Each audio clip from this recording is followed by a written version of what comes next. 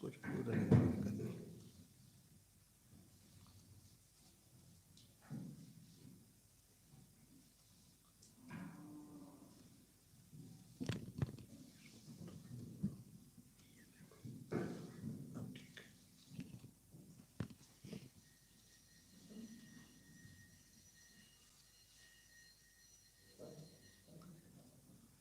हरि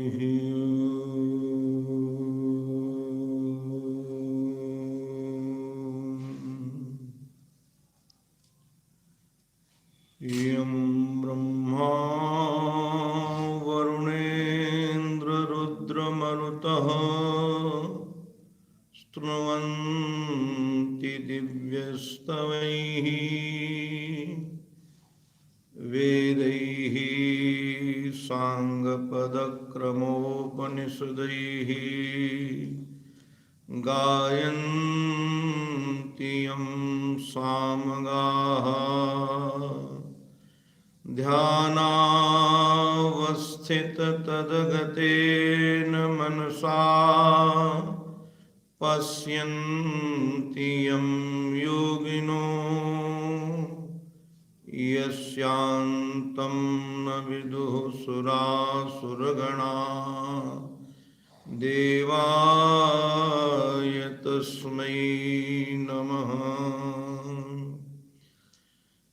ॐ नमः श्री परमहंसास्वादितचरणकमलचिन्मकरन्दाय भक्तजनमानसनिवासाय श्रीरामचन्द्राय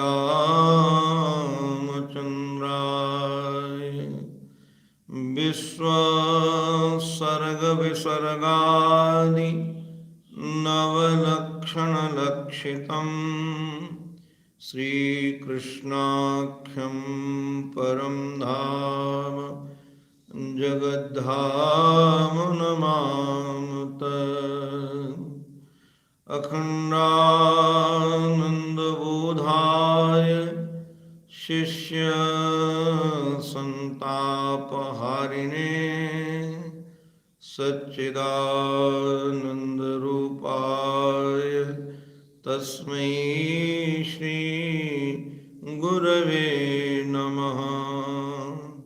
गुरुर्ब्रह्मा गुरुर्विष्णुः गुरुर्देवो महेश्वरः गुरुः साक्षात् परब्रह्म तस्मै श्री गुरवे नमः। तस्मै श्री गुरवे नमः। बोलो भक्तवत्सल भगवान की, सद्गुरुदेव भगवान की, श्री भाव भावेश्वर भगवान की। नमः पार्वती पतये हर हर महादेव। असरण शरण अकारण करुण करुणा वरुणालय कर तुम मन्यथक कर तुम समर्थ। परमात्मा ने अपनी लीला का स्मरण करने का मानस बनाया और यह मानस की जानकारी भगवान के अंतरंग श्री उद्धव जी महाराज को जब पता चला तो एकांत शांत वातावरण में बैठे हुए श्री कृष्ण के समीप वो गए और श्री कृष्ण के समीप जाकर उन्हें साष्टांग वंदन करते हैं और प्रार्थना करते हैं, देव देवेश योगेश पुण्य श्रवण कीर्तन। हे देवताओं के देवता, उनके भी आप ईश्वर हैं, आप योगेश हैं। आपकी लीला का श्रवण करने मात्र से पुण्य होता है, अंतःकरण पवित्र होता है। मुझे पता चल गया है कि आपने वंश का संहार करने का मानस बना लिया है। वैसे तो मैं जानता हूं कि विप्र शापम समर्थोपि, आप चाहें तो ब्राह्मणों के श्राप का उपशमन कर सकते हैं। और देखा जाए कि भगवान ने ये दिखा भी दिया, क्योंकि ब्राह्मणों ने तो निश्चित रूप से ही कहा था कि यह वंश नष्ट हो जाएगा, किंतु चतुपंचावशेषितः, तृतीय स्कंद में इसका वर्णन है कि 4-5 लोग बच गए। श्री उद्धव जी महाराज बच गए, श्री बद्रीनाथ जी महाराज बच गए। तो भगवान चाहते तो संपूर्ण वंश को संभाल सकते थे, रोक सकते थे, किंतु भगवान ने ऐसा नहीं किया। श्री उद्धव जी महाराज कहते हैं कि हम आपके चरण कमलों को छोड़कर आधे क्षण भी केशो रहने में समर्थ नहीं है, इसलिए आप अपने साथ हमें भी अपने स्वधाम में ले चलिए। वैसे संसार में साधक लोग यदि परेशान हैं तो माया से परेशान हैं, किंतु हमको माया से परेशानी कोई नहीं है। मेरा माया कुछ बिगाड़ सकती भी नहीं है। और सच में माया किसका नहीं कुछ बिगाड़ सकती है। तुलसीदास जी महाराज कहते हैं, नट सेवक ही न व्यापही माया।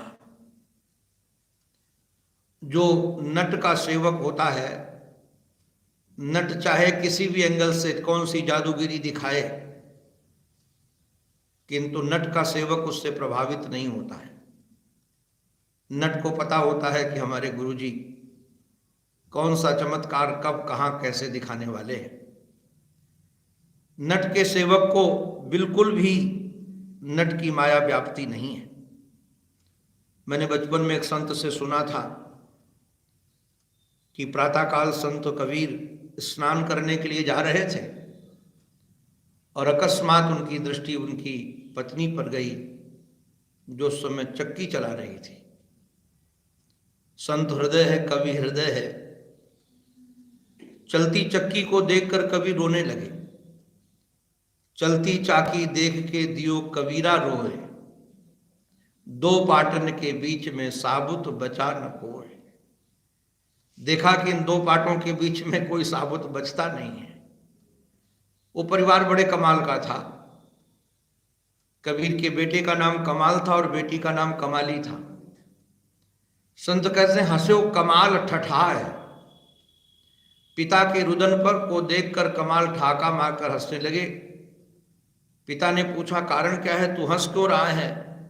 बोले, पिताजी सीधी सादी बात है, कील सहारे जो रहे ताको काल न खाए। जो कील का सहारा ले लेता है उसको फिर काल नहीं खाता। कील का अभिप्राय है जिसके आश्रय में चक्की घूमती है। तो ये माया रूपी चक्की जिसके आश्रय में घूमती है, यदि उसका आश्रय ले लिया जाए तो फिर कोई भी माया प्रभावित होने वाली नहीं है। ये कहते हैं हमें कोई माया से डर नहीं है। क्यों माया से डर नहीं है?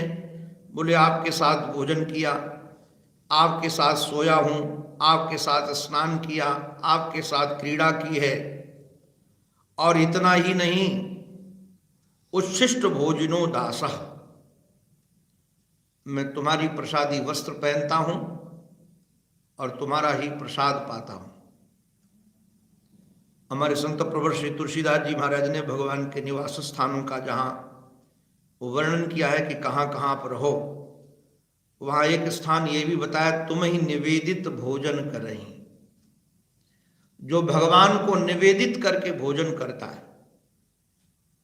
हमने तो ऐसे ऐसे संत देखे हैं कि भोजन ही नहीं, वस्त्र ही नहीं, औषधि भी भगवान को निवेदित करके ले।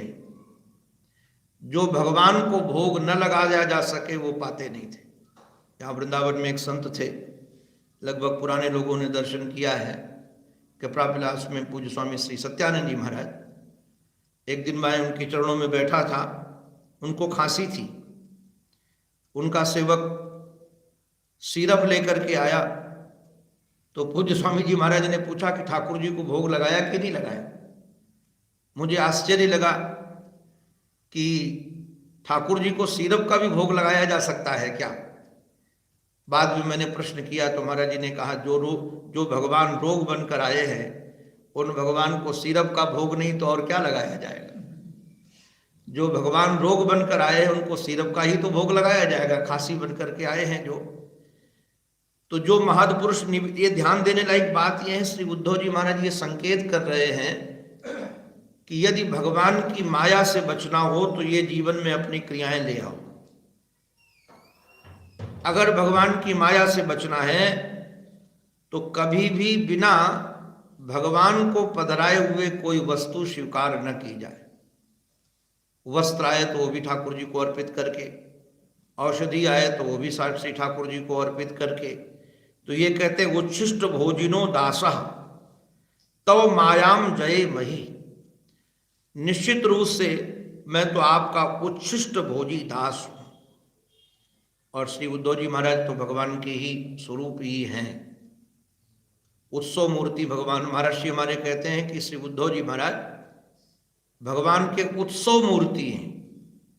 जैसे दक्षिणादि में जो मंदिर बनते हैं, जब मंदिर में मूर्ति की प्राण प्रतिष्ठा होती है तो एक चल और एक अचल, जो श्री विग्रह सामने विराजमान रहता है मंदिर में, उसमें अचल प्राण प्रतिष्ठा होती है। वह मंदिर के बाहर नहीं निकलते हैं, किंतु उत्सव मूर्ति तो मंदिर से बाहर उत्सव में डोली में बैठ करके, जो लोग गए होंगे रामेश्वरम, देखा होगा सायंकाल भगवान शंकर डोली पर आरूढ़ होकर भगवती के भवन में जाते हैं और बड़े धूमधाम से, और फिर सुबह वहाँ से जगा करके मंगला आरती के पहले उनको लेकर आया जाता है। तो मैं कई बार उस आरती में शामिल हुआ तो मैं विचार करता था क्या कि जो शिवलिंग रामेश्वर वहाँ स्थापित हैं वो जाते हैं क्या? वो नहीं जाते, वो तो वहीं स्थापित रहते हैं। जो उत्सव मूर्ति होते हैं वो जाते हैं। तो श्री उद्धव जी महाराज हैं तो उत्सव मूर्ति, किंतु उत्सव मूर्ति होने के बाद भी वह हम सबको दिशा दे रहे हैं कि निश्चित रूप से यदि ऐसे व्यक्ति जीवन व्यतीत करें अपना, वैसे तो संकल्प और समर्पण का महात्मा बहुत है भागवत दर्शन में, भागवत विधि में, भागवत धर्म में, किंतु यह विधि भी बहुत अद्भुत है। आप कोई भी छोटी से छोटी वस्तु भी स्वीकार करें अपने जीवन में तो वह भगवत प्रसादी हो। एक महात्मा कहते थे जो भगवत प्रसाद पाता है उसके जीवन में विषाद नहीं आता है।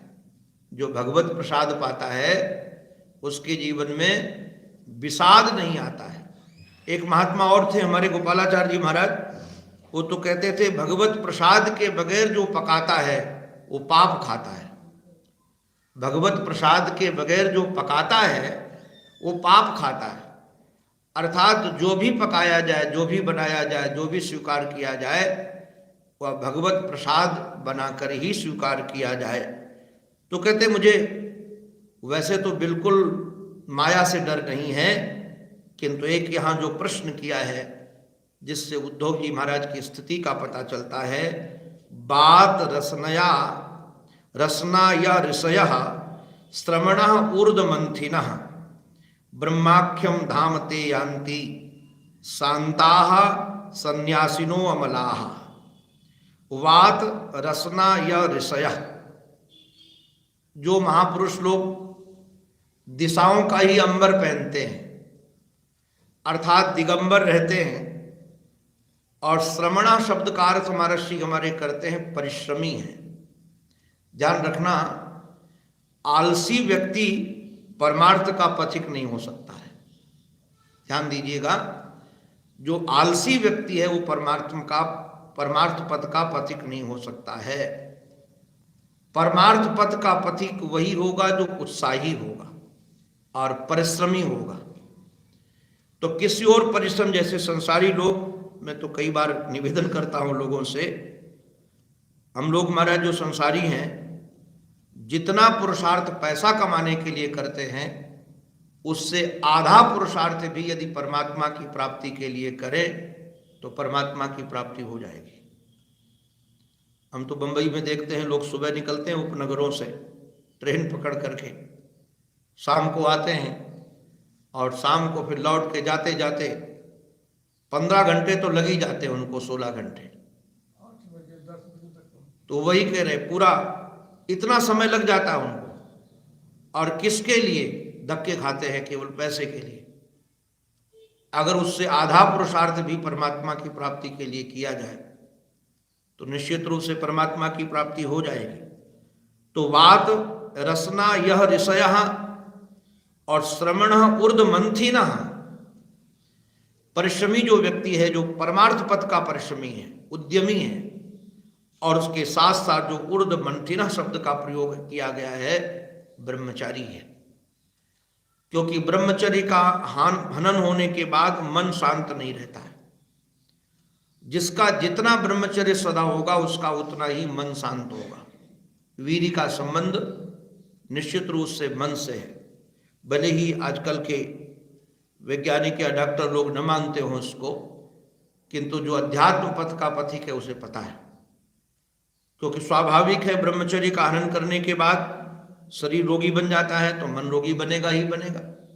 उसका संबंध मन से है, इसलिए इन्होंने मंथिना शब्द का प्रयोग किया है। ब्रह्मचारी जो विरक्त है, रिसर्च ऋषि है, खोज में लगा हुआ है, अध्यात्म पथ में लगा हुआ है, पुरुषार्थी है, वही ब्रह्माख्यम धाम ते, जो ब्रह्म नाम का धाम है, आख्य माने नाम, जो ब्रह्म नाम का धाम है, ऐसे धाम को कौन प्राप्त करता है? जो ब्रह्मचारी है, जो परिश्रमी है, जो विरक्त है, शांताः शांत चित्त वाला है, और सन्यासिनः अमलः जो सन्यासी है। कई लोगों को महाराज आजकल क्या कहा जाए, बड़ा विलक्षण लगता है। महर्षि ने तो एक जगह कहा है, ज्ञान और भक्ति में दोनों में यदि अधिक से अधिक नंबर दिए जा सकते हैं, 99% नंबर दिए जाएं, वो वैराग्य को है। बिना वैराग्य के न तो भक्ति सजती है, और न बिना वैराग्य के ज्ञान अपने जीवन में अवतरित होता है। वैराग्य के अभाव में भक्ति भोग बन जाती है। ध्यान रखिएगा, वैराग्य का अभाव है तो भक्ति व्यक्ति के जीवन में भोग की प्रवृत्ति बन जाएगी, और वैराग्य का अभाव यदि ज्ञान में नहीं तो केवल वाचिक ज्ञान बनकर रह जाएगा। व्यक्ति ज्ञान की बड़ी बड़ी बातें तो करेगा, किंतु ज्ञान निष्ठा उसके जीवन में होने वाली नहीं है। इसलिए जिसके जीवन में सम्यक न्यास है, संन्यास का अभिप्राय न्यास, सम्यक न्यास में है, ऐसा ही व्यक्ति, कौन सा व्यक्ति? बोले जिसके जीवन में सम्यक न्यास है, ब्रह्माख्यम धाम ते यान्ति, वही व्यक्ति आपके उस ब्रह्म धाम को, ब्रह्म नाम के जाने वाले धाम को प्राप्त होता है। किंतु वयम तुहे महायोगिन भ्रमतः कर्म वर्षमसु, एक श्री कृष्ण, आप तो महायोगी हैं, हम लोग अपने कर्म में ही भ्रमण कर रहे हैं। हमको तो कई बार लगता है कि सचमुच में पतन का कारण कर्म ही है। इसलिए चतुर्थ स्कंद के प्रारंभ में ये बात बड़े अच्छे ढंग से रखी है प्राचीन वरीय ने। प्राचीन वरीय ने देवर्षि नारद जी महाराज के चरणों में जो बात रखी, वह बड़े सुनियोजित ढंग से, सुव्यवस्थित ढंग से रखा है। मानो उसी और संकेत ये है कि जो भ्रमतः कर्म वर्षमसु, व्यक्ति अपने ही कर्म में घूमता रहता है, कर्मों का फल भोगता रहता है। आप कृपा करके हमको बताइए कि तद वार्तया तरिष्याम, आपकी वार्ता से, आपकी बातचीत से निश्चित रूप से हम शीघ्र ही इस दुस्तर तम से, अंधकार से हम पार हो जाएंगे। आपके साथ जो वार्ता करने के लिए हम आए हैं, आपके साथ जो चर्चा करने के लिए आए हैं, निश्चित रूप से हम उस चर्चा को सुन करके पार हो जाएंगे। हमारे श्री सुखदेव जी महाराज कहते हैं, जब इस प्रकार से श्री उद्धव जी महाराज ने अपना भाव निवेदित किया और कहा जाए तो अपनी शरणागति निवेदित की। मैं कई बार विचार करता हूँ कि जब तक जीवन में शिष्यत्व नहीं आता है तब तक गुरु चाहे कितनी अच्छी से अच्छी बात कहे अपने जीवन में उतरती नहीं है। अब कौन ऐसे गुरुजन होंगे जो न कहते हों कि संसार ये झूठा है, आत्म तत्व की प्राप्ति में लगना चाहिए, किंतु हमारे जीवन में ये वाक्य लगता नहीं है। क्यों नहीं लगता है? शिष्य की दीक्षा ले लेना अलग बात है, जीवन में शिष्यत्व आना अलग बात है। कान फुकवा लेना अलग बात है, मंत्र लेना अलग बात है, किंतु अंतःकरण में शिष्यत्व आए। और जब तक आप ध्यान देंगे, भागवत की तो ये प्रणाली है ही, श्रीमद् भगवत गीता में भी यही देखने को मिलता है। हमारे महर्षि ने तो एक जगह कहा कि भगवान की इतनी मित्रता थी अर्जुन के साथ, इतना प्रेम था, भगवान ने अपनी बहन दे दी थी अर्जुन को, तो कभी कहते कि चलो हरिद्वार में एकांत तुम्हें गीता ज्ञान सुनाएंगे, कभी नहीं कहा। और गीता ज्ञान सुनाया भी कहाँ? सत्संग भवन कौन था उनका? रणांगन था, जहाँ दोनों तरफ महाराज सैनिक खड़े हैं, हाथी चिघार रहे हैं, घोड़े हिनहिना रहे हैं। ऐसे वातावरण में भगवान ने ज्ञान सुनाया। क्यों ज्ञान सुनाया वहाँ? कि वहाँ उसके जीवन में शिष्यत्व की प्राप्ति हुई। शिष्यस्ते हम साधिमाम त्वाम प्रपन्न। आज उद्धव के जीवन में भी यहाँ शिष्यत्व की प्राप्ति हुई है। उद्धव आज भगवान को गुरु के रूप में वर्ण कर रहे हैं, और गुरु के रूप में जो वर्ण किया, हमारे पूज्य पंडित जी महाराज एक बात बहुत अच्छी कहते हैं, हमको ये बात बहुत अच्छी लगती, पहले भी कभी हमने चर्चा की है। पूज्य पंडित जी महाराज कहते हैं कि भगवान सर्वगुण गण निलय है। ऐसा कोई गुण नहीं है जो भगवान में न हो, क्योंकि सारे गुणों के आकर वही हैं, सारे गुणों की खान वही हैं, किंतु साधक प्रेमी जो गुण उनमें जगा देता है वही गुण उनमें जग जाते हैं। अगर उनमें प्रेमी का गुण जगा दोगे तो वह प्रेमी बनकर के आपके साथ रहेंगे। आप बच्चे का गुण जगा दोगे तो बच्चे बनकर आपके साथ रहेंगे। आप मित्र का गुण जगा दोगे तो मित्र बनकर के आपके साथ रहेंगे। और यदि गुरु का गुण जगा दिया तो गुरु बनकर के आपके साथ में रहेंगे। हम परमात्मा में गुण कौन सा जगाते हैं?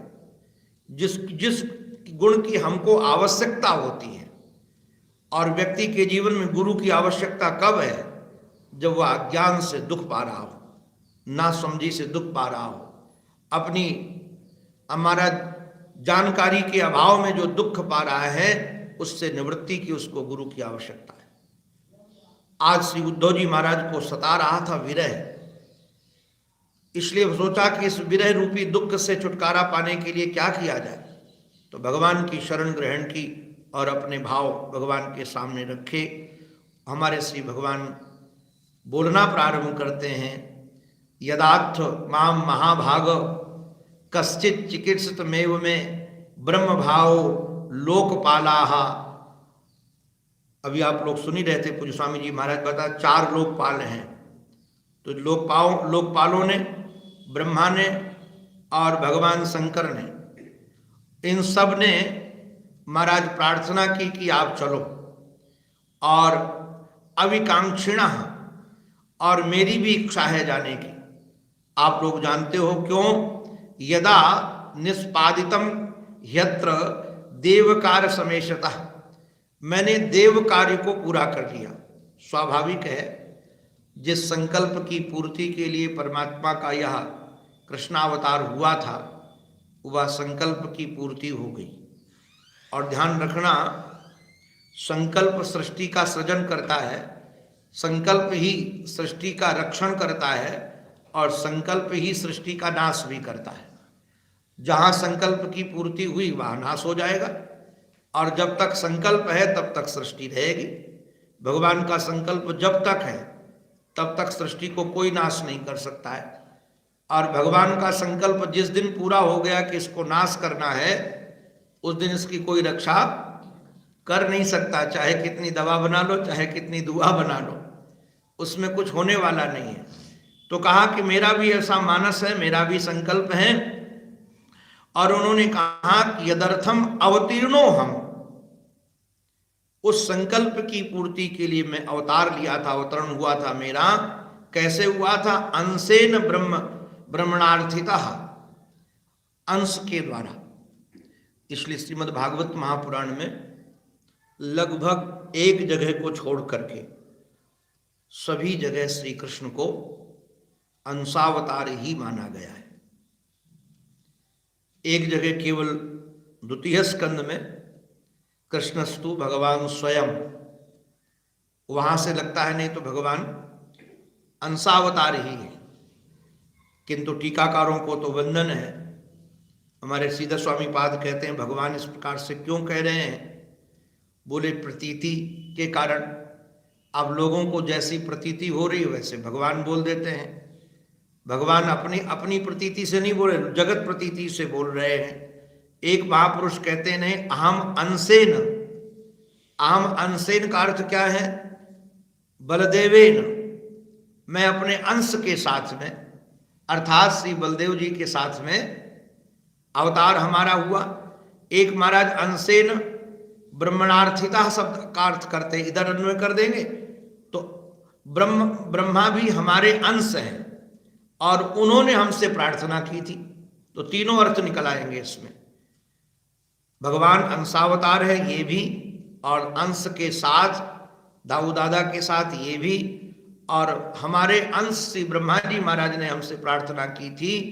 इसलिए महाराज ये ऐसे हमारा अवतरण हुआ और तुमने देखा कुलम वही साप निर्दग्धम,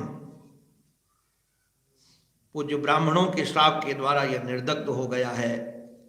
अब ये बहुत समय तक रहने वाला नहीं है।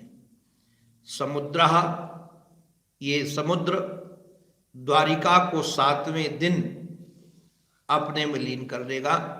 किंतु टीकाकारों ने कहा कि यहाँ भगवान श्री कृष्ण के निवास स्थान को छोड़कर पूरी द्वारिका नहीं डूबी। जहाँ इस समय मंदिर है वो मंदिर वह स्थान है जहाँ भगवान का निवास स्थान था, और महर्षि ने भी इसी का अनुमोदन किया है। तो काव स्थान छोड़ करके पुरीम च प्लाविष्यति, वह पुरी को, द्वारिकापुरी को समुद्र डुबा देगा। इसलिए जिस दिन हमारा यहाँ से जाना होगा, लोकोयम नष्ट मंगला, उसी दिन मंगल नष्ट हो जाएंगे। मंगल शब्द का अर्थ महर्षि कहते हैं यहाँ साधन नष्ट हो जाएंगे। जो भगवत प्राप्ति के साधन हैं लगभग वो नष्ट प्राय हो जाएंगे। और भविष्यत्य चिरात साधो कलिनापि निराकृति, और ये कलयुग महाराज सज्जन पुरुषों को सताने लगेगा। अथवा ये साधो संबोधन है कि उद्धव यहाँ कलयुग का बोलवाला हो जाएगा, और हम लोग देख ही रहे हैं। और इन्होंने कहा कि न वस्तव्यम, अब या पृथ्वी रहने लायक नहीं रहेगी। मया त्यक्ते महीतले, क्यों? जनो अधर्म रुचिर भद्र भविष्यति कलौ युगे।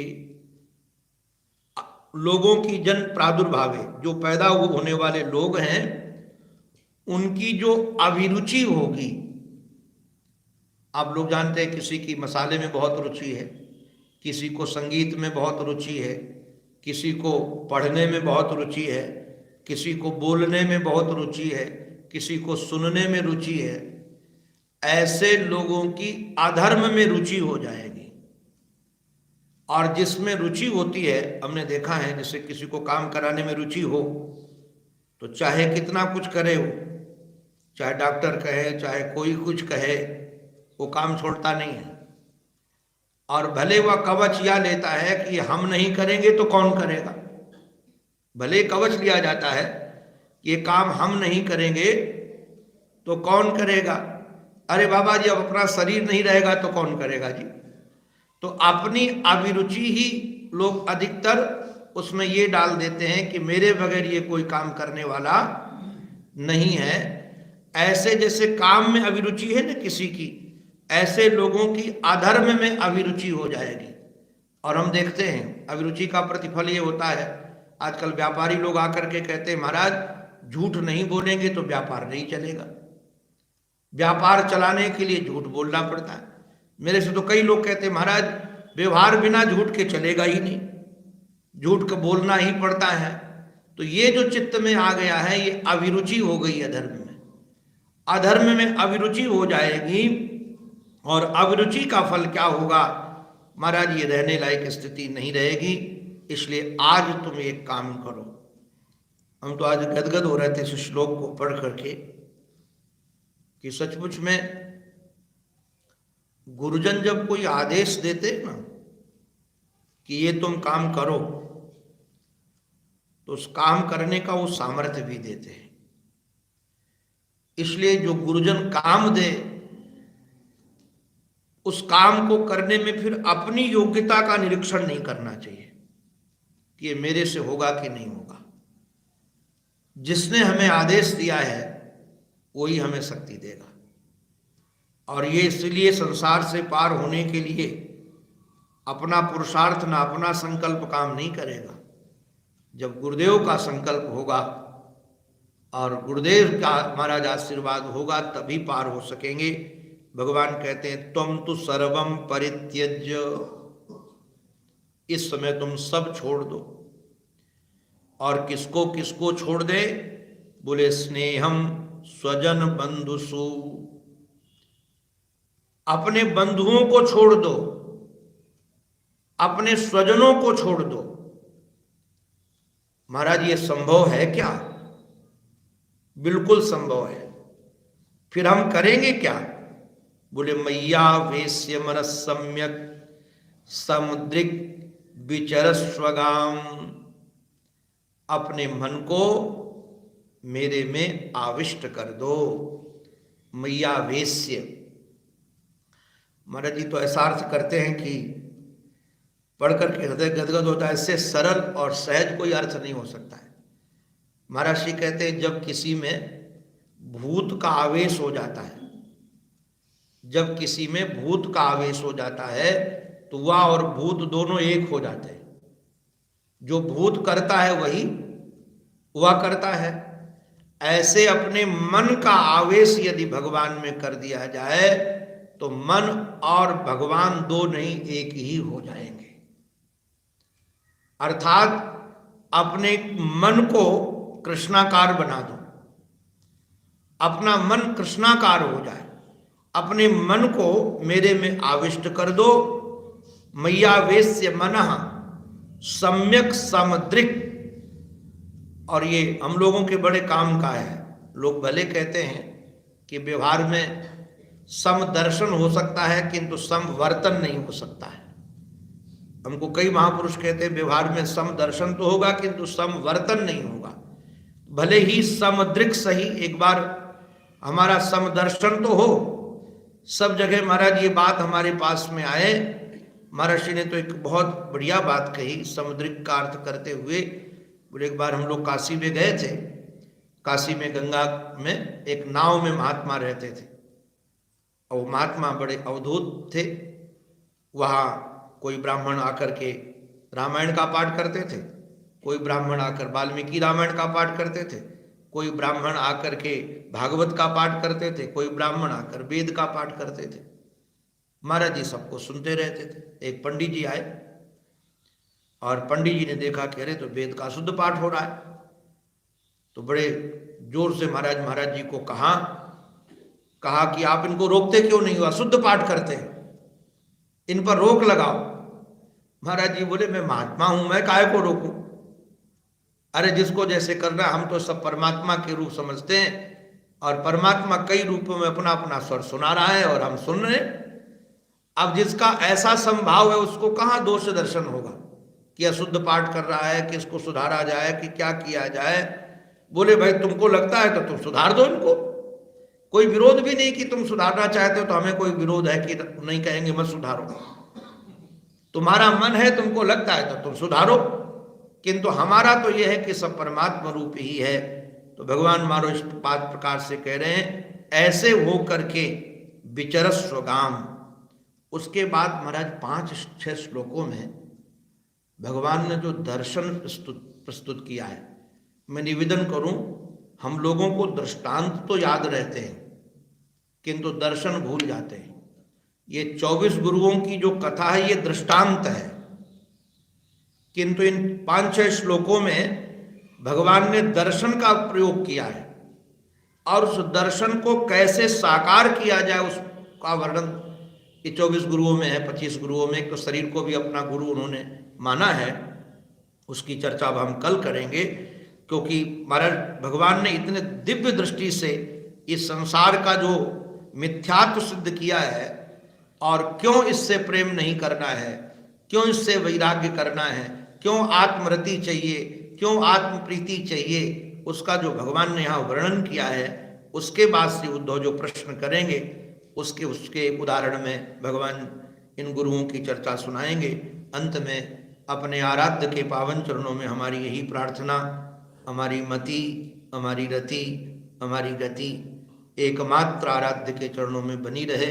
इसी प्रार्थना के साथ ये उनकी वाणी उन्हीं के पावन पवित्र चरणारविंदों में समर्पित। बोलो भक्तवत्सल भगवान की जय, सद्गुरुदेव भगवान की जय, श्री वृंदावन बिहारी लाल की